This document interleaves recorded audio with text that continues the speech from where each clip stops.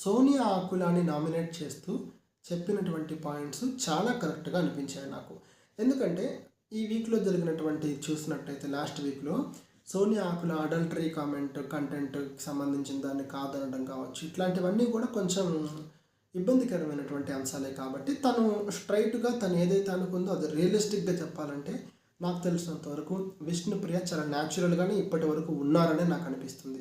అంటే ఎలా రియాక్ట్ అవ్వాలో అలా తను నార్మల్గా కొన్ని బహుశా తెలియకపోయినా కూడా రియాక్ట్ అయిపోతుంది. నిజంగా స్ట్రాటజీ ఉండి చేసేవాళ్ళైతే కనుక ఇది అనకూడదు, ఇలా ఉండాలి, అలా ఉండాలని అనేక రకాల గేమ్స్ మైండ్లో పెట్టుకొని వస్తారు. సోనియా ఆకుల చేస్తున్నట్లుగా ఇప్పుడు సోనియా ఆకుల గారు స్ట్రాటజికల్గానే ఈ మూవ్ తీసుకున్నారు. ఎవరిని విష్ణుప్రియ నామినేట్ చేయొచ్చు, బట్ నామినేట్ చేయకుండా వేరే ఇద్దరిని ఎక్కడో ఇద్దరిని తీసుకొచ్చి నామినేట్ చేశారు.